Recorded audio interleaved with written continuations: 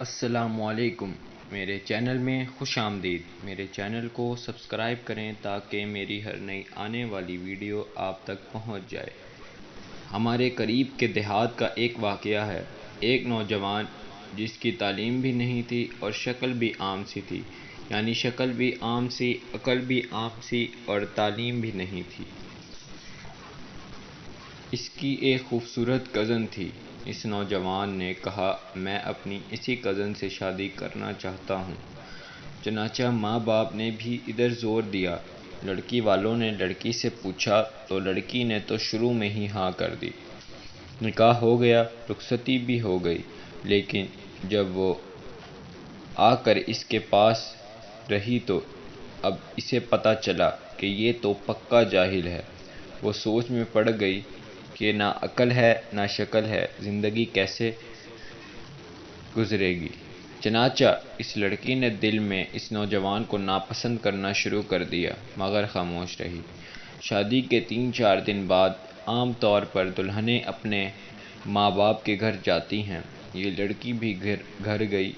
اس کے دل میں یہ بات تھی کہ اب میں دوبارہ اس گھر میں کبھی نہ آؤں تو زیادہ اچھی بات ہوگی، مگر اسے ماں باپ کے سامنے بات کرنے کی جرأت نہیں ہو رہی تھی، کیونکہ ایک تو قریب کا رشتہ تھا اور دوسرا شروع میں ہاں بھی کر چکی تھی۔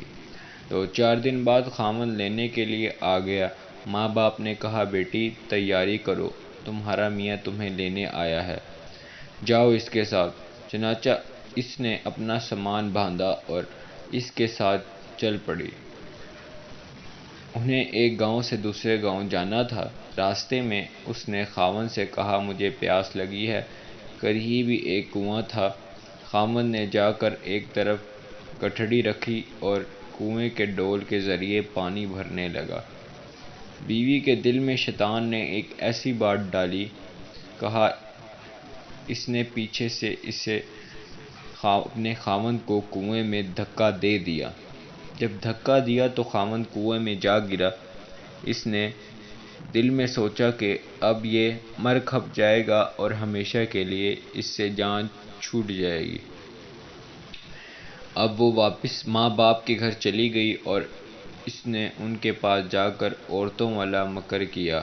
عورتیں مکر میں تو مشہور ہوتی ہیں، وجہ اباہم عشاء یبکون۔ جیسے اخوان یوسف نے مکر کیا تھا، ویسے ہی اس نے بھی مکر کیا۔ وہ روتی ہوئی گھر پہنچی۔ ماں باپ نے پوچھا، کیا ہوا؟ خاوند مجھے بٹھا کر کہیں چلا گیا۔ میں اتنی دیر تک اس کا انتظار کرتی رہی۔ میں اکیلی تھی، مجھے ڈر لگنے لگا، کوئی غیر مرد آ جاتا تو میرا کیا ہوتا؟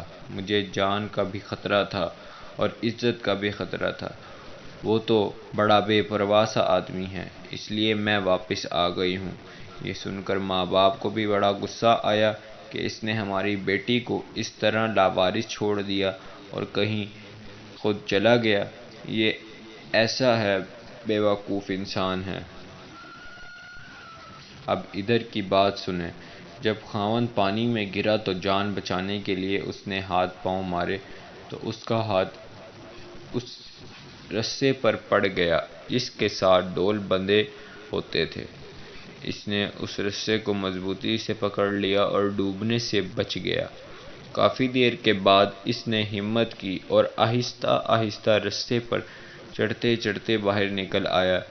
باہر نکل کر اس نے سوچا کہ میں کیا کروں؟ اس نے دل ہی دل میں کہا کہ مجھے توقع نہیں تھی کہ میری بیوی میرے ساتھ ایسا معاملہ کرے گی۔ کوئی بات نہیں، میں دوبارہ چلا جاتا ہوں۔ چنانچہ اب وہ دوبارہ سسرال کے گھر آیا۔ اتنے میں کپڑے بھی خشک ہو گئے تھے۔ جیسے ہی وہ سسرال کے گھر میں داخل ہوا تو لڑکی کے والدین نے اس کو بہت جلی کٹی سنائی۔ کہنے لگے، تو کیسا بے عقل انسان ہے کہ تو ہماری بیٹی کو اکیلے چھوڑ کر چلا گیا؟ تو بڑا بے پرواہ ہے، تجھے اس کا ذرا خیال نہیں۔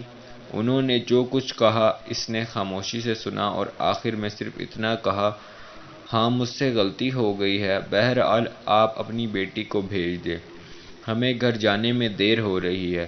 جب انہوں نے دیکھا کہ یہ بہت شرمندگی کا اظہار کر رہا ہے تو انہوں نے پھر بیٹی سے کہا، کوئی بات نہیں، اب تم چلی جاؤ۔ اب بیٹی تو چل پڑی، لیکن اس کے دل میں ایک بات بار بار آنے لگی کہ اگرچہ یہ ان پڑھ تھا، اگرچہ یہ بے عقل تھا، شکل اچھی نہیں تھی، مگر اس نے میرے ماں باپ کے سامنے میرا عیب تو چھپایا ہے۔ اس کا دل بڑا ہے۔ اگر میں ماں باپ کے سامنے میری حقیقت کھول دیتا تو میں ماں باپ کو چہرہ دکھانے کے قابل نہ رہتی۔